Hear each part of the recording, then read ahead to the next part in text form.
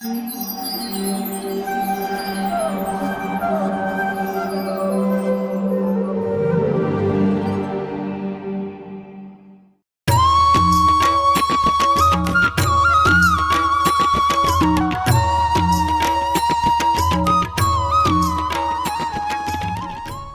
कृष्ण। वसंत ऋतु के आगमन पर उत्सव मनाने का दिन वसंत पंचमी माँ सरस्वती की आराधना का विशेष पर्व माना जाता है। ऐसा माना जाता है कि वसंत पंचमी के ही दिन ब्रह्मा जी द्वारा माँ सरस्वती की उत्पत्ति हुई थी। तभी से वसंत पंचमी का यह पर्व माँ सरस्वती की आराधना का प्रमुख पर्व है। पुराणों के अनुसार भगवान श्री कृष्ण ने माँ सरस्वती को यह वरदान दिया था कि वसंत पंचमी के दिन सभी स्थानों में उनकी आराधना की जाएगी। इसके बाद से ही वसंत पंचमी के दिन सरस्वती पूजन का विधान है, जो वर्तमान में भी जारी है। ऋग्वेद में वाणी की देवी माँ सरस्वती का वर्णन इस प्रकार किया गया है। प्रणो देवी सरस्वती वाजेर्भिवजिनीवती धीना मणि त्रयवतु।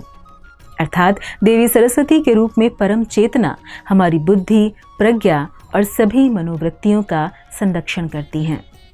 हम में जो आचार और मेधा है, उनका आधार माँ सरस्वती ही हैं, जिनकी समृद्धि और स्वरूप का वैभव बड़ा ही अद्भुत है।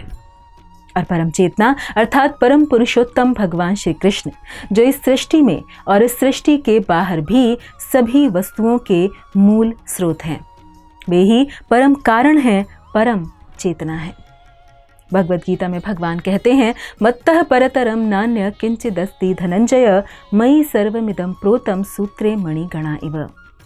अर्थात हे धनंजय, मुझसे श्रेष्ठ कोई सत्य नहीं है। जिस प्रकार मोती धागे में गुथे रहते हैं, उसी प्रकार सब कुछ मुझ पर ही आश्रित है। और इस सृष्टि का संचालन करने हेतु भगवान उनके भक्तों को विभिन्न सेवाएं प्रदान करते हैं। जिस प्रकार ब्रह्मा जी को सृष्टि उत्पन्न करने की, तो महादेव शंकर जी को संहार की, उसी प्रकार लक्ष्मी जी को धन की, देवी दुर्गा को इस सृष्टि रूपी भौतिक दुर्ग की रक्षा करने की, तो वहीं सरस्वती जी को विद्या, कला व संगीत का प्रभार दिया गया है, जिसे वे बहुत कुशलता से निभाती हैं।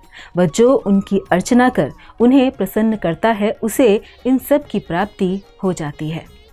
परंतु अपना दायित्व पूर्ण करते हुए भी सरस्वती देवी इस तथ्य का स्मरण रखती हैं कि परम पुरुषोत्तम भगवान श्री कृष्ण ही सबके स्वामी हैं और सब देवी देवता उन्हीं की दिव्य सेवा में संलग्न हैं। जिसका उदाहरण है, जब रामायण में रावण का भाई कुंभकर्ण ब्रह्मा जी से वरदान प्राप्त करने के लिए तपस्या करता है, तो सभी देवी देवता घबराकर सरस्वती माता से प्रार्थना करते हैं कि आप उसके जिह्वा पर वास करें, जिससे जो उसके मन में है वो न मांगकर वह उसके विपरीत वर मांगे। सरस्वती जी देवताओं को आश्वासन देती हैं और वर मांगते समय कुंभकर्ण की जिह्वा पर वास करती हैं, जिसके परिणाम स्वरूप जब कुंभकर्ण इंद्रासन मांगने लगा, तो उसके मुख से इंद्रासन की जगह निंद्रासन अर्थात सोते रहने का वरदान निकला। इस प्रकार सरस्वती माता ने भगवान की बनाई हुई इस सृष्टि की रक्षा हेतु देवताओं की सहायता की। ऐसा ही एक और दृष्टांत श्रीपाद रामानुजाचार्य के जीवन से देखने को मिलता है।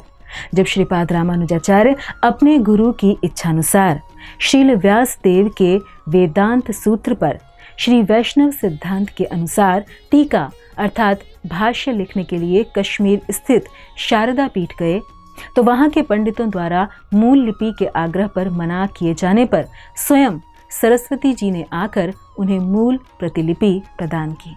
वह उनके टीका पूर्ण होने पर उससे प्रसन्न होकर उन्हें भाष्यकार की उपाधि दी तथा अपने व्यक्तिगत हयग्रीव विग्रह, जो भगवान के ही एक अवतार का रूप हैं, उन्हें प्रदान किया। सरस्वती माता के भगवान की सेवा करने व उनकी अध्यक्षता में कार्य करने का एक और प्रसंग हमें श्री चैतन्य महाप्रभु के जीवन से भी प्राप्त होता है, जो स्वयं भगवान श्री कृष्ण हैं। जब केशव कश्मीरी नामक एक महान कश्मीरी पंडित, जो सरस्वती माता का भक्त था, शास्त्रों पर शास्त्रार्थ करने के लिए नवद्वीप आया। यह पंडित दिग्विजयी था और वह भारत के समस्त विद्या केंद्रों का भ्रमण भी कर चुका था। एक बार गंगा के तट पर टहलते हुए चैतन्य महाप्रभु की, जो उस समय निमाय पंडित के नाम से जाने जाते थे, उनकी भेंट केशव कश्मीरी से हो गई। तब निमाय ने उनसे गंगा की प्रशंसा में एक संस्कृत का श्लोक रचने को कहा, जिस पर उस पंडित ने अल्प समय में ही 100 श्लोक बना डाले और उन्हें सुनाकर अपने पांडित्य का प्रदर्शन किया तथा उन 100 श्लोकों को निमाय ने तत्काल कंठस्थ कर लिया और उसमें 64वें श्लोक को उद्धृत करते हुए उसकी पिंगल अर्थात छंद शास्त्र एवं साहित्य संबंधी त्रुटियों की ओर संकेत किया और इसके अलावा और भी कई त्रुटियां दिखलाईं, जिससे वह कश्मीरी पंडित आश्चर्य से स्तब्ध रह गया। वह विस्मित था कि एक व्याकरण का विद्यार्थी, एक बालक इतने उद्भट विद्वान में साहित्यिक त्रुटियां निकाल रहा है। किंतु अंत में विद्या की देवी सरस्वती माता ने केशव कश्मीरी को, जो कि उनका अनन्य भक्त था, उसको स्वप्न में आदेश दिया कि वह भगवान श्री चैतन्य महाप्रभु की शरण स्वीकार कर ले। वे स्वयं भगवान श्री कृष्ण हैं और इस तरह वह पंडित भगवान का भक्त बन गया। इस प्रकार इन सब उपरोक्त कथनों से हमें समझ में आता है कि सरस्वती माता भगवान श्री कृष्ण की अनन्य सेविका हैं, जो उनके द्वारा प्रदान पद व उपाधि का प्रयोग इस संसार में जीवों के कल्याण व भक्तों की सहायता हेतु करती हैं। अतः आइए हम सब भी इस सरस्वती पूजा पर माता सरस्वती से ये प्रार्थना करें कि हम भी पूर्ण तन्मयता से परम पुरुषोत्तम भगवान श्री कृष्ण की भक्ति में लगें और अपनी पूरी सामर्थ्य से उनकी और उनके भक्तों की सेवा कर इस मानव जीवन की पूर्णता को प्राप्त करें। धन्यवाद। हरे कृष्ण।